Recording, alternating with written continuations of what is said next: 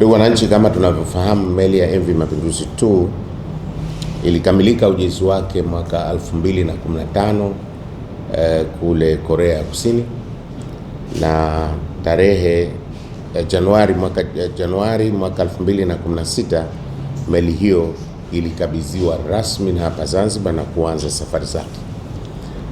Lakini meli hii baada ya kufika mwaka 2020, sasa katika mwezi wa Novemba mwaka 2020, meli ilipata hitilafu katika engine zake na kusababisha meli hii kusita kufanya shughuli zake za kusafirisha wananchi baina ya Zanzibar, Dar es Salaam, Pemba na Tanga.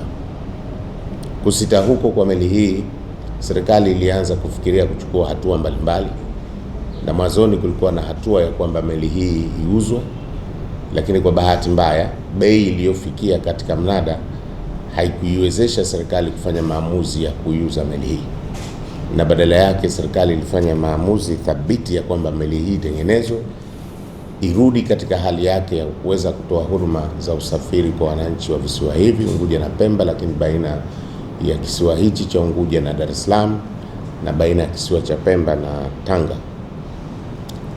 Tuliingia mkataba na kampuni ya Korea inayoitwa Koje Engineering Construction Company, na tarehe 16 mwezi wa 3 2023 meli ilianza matengenezo yake rasmi. Meli hii ilifanywa matengenezo makubwa ya engine ikiwa hapa Zanzibar, na baadaye meli hii baada ya kukamilika matengenezo hayo makubwa ilipelekwa Chelezoni Mombasa, Kenya kwa ajili ya matengenezo madogo, lakini pia kazi za kupakwa rangi meli hii na kurudi katika hali yake ya awali. Meli hiyo ilipelekwa katika matengenezo hayo tarehe 14 mwezi wa 5 mwaka 2025. Tarehe 14 mwezi wa 11 mwaka 2025 tulipokea barua kutoka kwa kampuni iliyokuwa ikitengeneza meli hii kwamba matengenezo yamekamilika, lakini kwa kutokana na mkataba wetu ni kwamba baada ya kukamilika matengenezo hayo, mkataba unamtaka mjezi huyu kuendelea kuisimamia meli hii kwa kipindi cha miaka miwili ili kuona kama zinatuweza kutokea hitilafu nyingine ndogo zozote ziweze kurekebishwa, lakini ndani ya kipindi hicho cha miaka miwili pia aweze kutoa utaalamu kwa watendaji wetu watakaokuwa wanahudumu katika meli hiyo.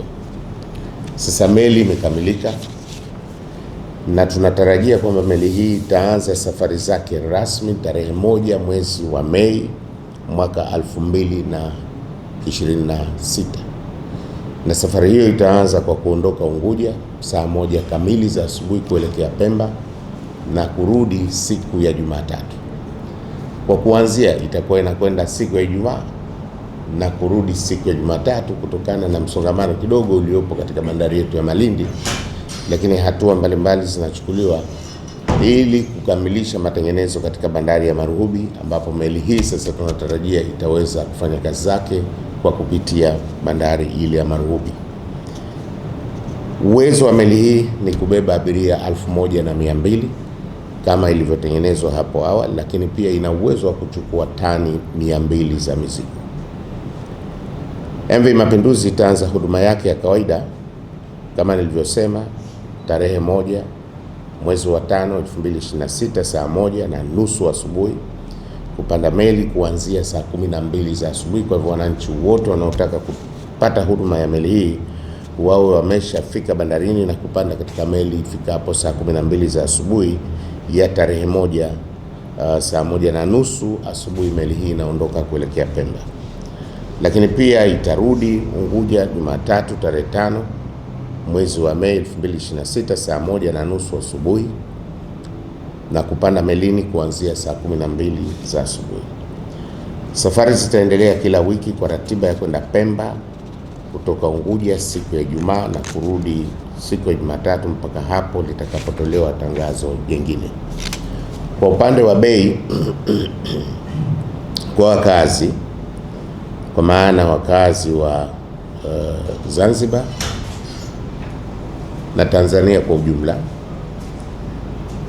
Daraja la economy mtu mzima ni shilingi 20,000 na mtoto ni shilingi 15,000. Daraja la kwanza kwa maana ya first class mtu mzima 25,000 na mtoto mdogo 17,000. Lakini kwa klasi ya VIP mtu mzima shilingi 40,000 na mtoto 20,000. Na wasiokuwa wakazi kwa maana sio raia wa Tanzania, daraja la economy ni dola za Kimarekani 25 na mtoto dola za Kimarekani 15. Kwa hiyo mtu mzima kwa daraja la economy ni dola 25 na mtoto dola 15. Klasi ya kwanza maana first class dola 30 kwa mtu mzima na kwa mtoto dola 20, na VIP mtu mzima dola 40 na mtoto dola 25.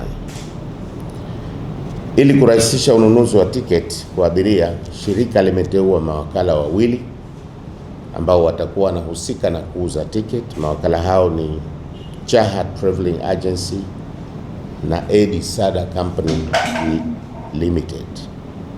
Uuzaji wa tiketi utafanyika katika ofisi za shirika pia zilizopo Unguja na Pemba na kupitia wakala walioteuliwa.